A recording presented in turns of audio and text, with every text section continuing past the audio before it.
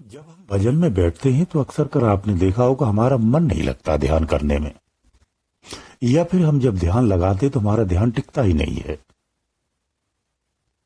या फिर हम जब ध्यान लगाने लगते तो मेरा मन इधर उधर भटकता है और कहीं दूसरी जगह चला जाता है, दूसरी चीजों को सोचने लगता है, हमें याद आ जाता है तो हम ध्यान से हट जाते, उस काम को करने लगते जाके, जबकि वो काम इतना जरूरी नहीं था, वो कल भी हो सकता था। लेकिन ध्यान के समय अक्सर ऐसा होता है और तीव्र तरंग के साथ पीड़ा आती है और आप ध्यान से उठ करके उस कार्य में लग जाते हैं। ये अक्सर देखा गया है और ऐसा होता ही है। कोई भी साधक हो, जब वो साधना करता है तो उसका ध्यान नहीं रुकता है, इधर उधर भटकता है, एकाग्र नहीं होता है। ये बहुत बड़ी आंतरिक समस्या होती है भजन करने की। अक्सर कर भजन इसीलिए होता नहीं है। ये मन रूपी जो तरंग है, दरअसल में यही हमें भजन नहीं करने देती है। जो मन रूपी तरंग है, ये सूक्ष्म रूप से हमें आंतरिक क्षेत्रों को बहुत तेजी से प्रभावित करती है। इसका मूलतम जो स्वभाव है वो अध्यात्म से दूर रखने का ही है। वास्तव में ये अध्यात्म से दूर रखने का ही 100% जो है कार्य करता। मन कभी भी आपको अध्यात्म क्षेत्र में नहीं जाने देता है। ये आपकी सबसे बड़ी बाधा होती है। संसार में लोग इसी के अधीन होकर के ही कार्य करते हैं। ये अपने अधीन हो रख करके ही व्यक्ति का जीवन स्वयं ही स्वीकार कर लेता है और अपने अधीन कर लेता है। ये आंतरिक शत्रु कहा गया है।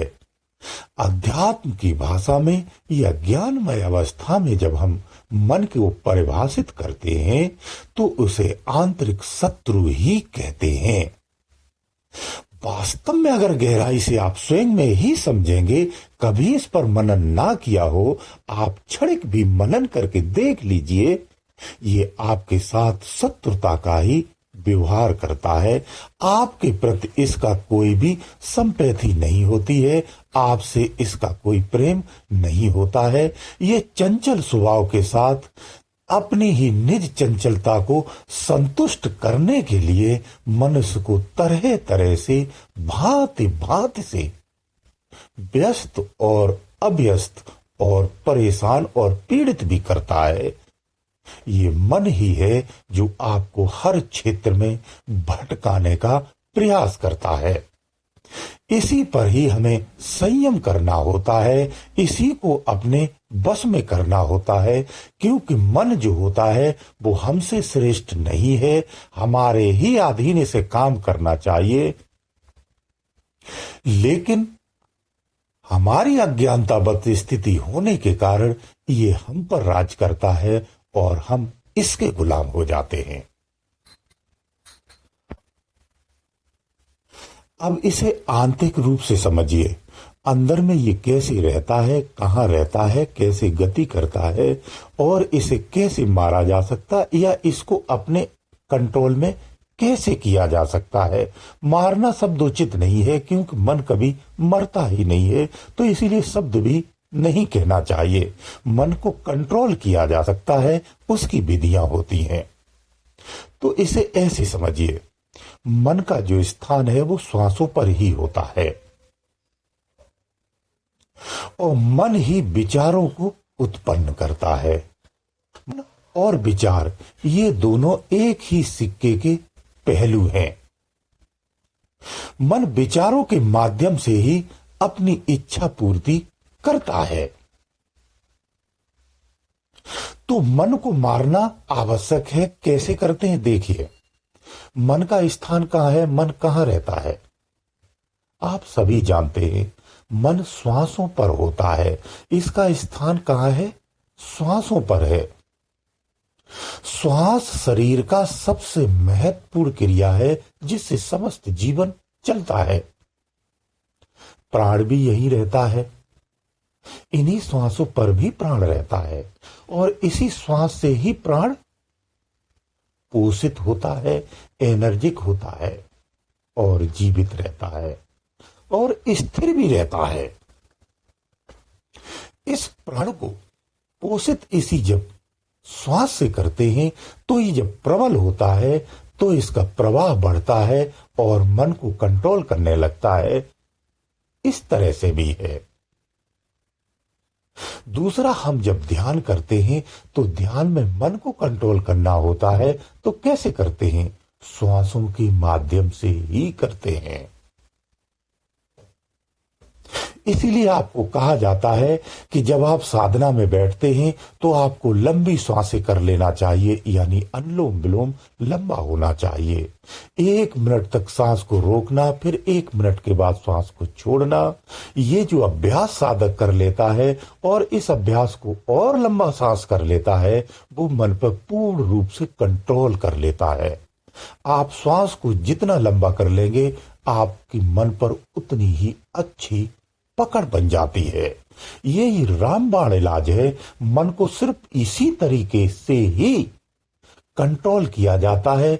दुनिया में मैं चैलेंज करता हूं, इसके अलावा कोई तरीका ही नहीं है मन को कंट्रोल करने का। आप अपने मानसिक धारणा के अनुसार अगर इसे कंट्रोल करते हैं, कंट्रोल नहीं होता है। आपका क्षणिक हो सकता है, मिनट 2 मिनट के लिए, क्योंकि उस क्षण आपकी सोच हावी हो सकती है, इसलिए उसका प्रभाव नहीं हो सकता है। लेकिन बाद 24 घंटे वो 2 मिनट छोड़ करके वो हमेशा हावी रहता है, कंट्रोल नहीं होता है। श्वासों के माध्यम से इसे सुखाया जा सकता है। यहां शब्द प्रयोग किया जा सकता है कि इसे अपने कंट्रोल में 100% किया जा सकता है। यही सटीक विधि है, सटीक तरीका है। श्वासों का अभ्यास चाहे अनुलोम विलोम से करते हो या कोई तरीके से भी करते हो, श्वास आपकी लंबी होनी चाहिए। श्वास को आप जितना लंबा करते जाएंगे, आप विचारों पर और मन पर दोनों पर कंट्रोल कर लेंगे। क्योंकि श्वास एक मार्ग है, एक स्थान है, किसका? मन का। मन का यही क्षेत्र है और यही निवास करता है। इस श्वास को आपको अपने कंट्रोल में लेना होता है। मन सुते से ही मर जाता है, शांत हो जाता है, बलहीन हो जाता है। मरने का तात्पर्य बलहीन ही होता है। जब ये बलहीन हो जाता है तो कार्य करना बंद कर देता है। जब आप ध्यान करते हैं तो आपकी श्वासों की गति कम हो जाती है। जितनी इसकी गति रुक जाएगी, लंबी श्वास के बाद जब इसकी गति रुकती है तो इसकी मन की भी गति रुक जाती है और इस तरह से मन ठहर जाता है, असहाय हो जाता है और सिकुड़ करके निम्न हो जाता है। फिर इसके पास इतनी शक्ति नहीं होती है कि जिससे आपके विचार उत्पन्न कर सके। फिर विचार भी उत्पन्न नहीं होते हैं और आपका ध्यान 0 हो जाता है। तभी जाकर के आप समाधि अवस्था में पहुंचते हैं। यही सबसे सटीक विधि है। जितने बड़े साधक हुए हैं, साधु संत हुए हैं, महात्मा हुए हैं, हमारे पूर्वजों में भी हैं, उन्होंने इसी विधि को अपनाया है। इसी तरह से ही वो समाधिष्ट होते हैं। ये होता प्रारंभिक है। जब साधक उच्च कोटि पर पहुंच जाते हैं, एक यात्रा लंबी तय कर लेते हैं, परिपक्व हो जाते हैं, फिर उन्हें अभ्यासों की आवश्यकता नहीं होती है। फिर ये मन सोते से ही हमेशा के लिए कंट्रोल हो जाता है। फिर इस तरह के अभ्यास नहीं करने पड़ते हैं। ये सारी बाधाएं और सारे प्रयास प्रारंभिक हैं। प्रारंभ में ही ये सब करना पड़ता है, इसके अलावा फिर नहीं करना पड़ता है। आगे चलकर के साधना में बहुत कुछ सहज हो जाता है, सरल हो जाता है, फिर ज्यादा परेशानी नहीं उठानी पड़ती है। तो इस तरह से आप अपने मन को अपने बस में कर सकते हैं। मन का, विचार का और श्वासों का एक ही संबंध होता है। इस संबंध को आपको ऐसे समझना चाहिए। गुरुदेव दयालु।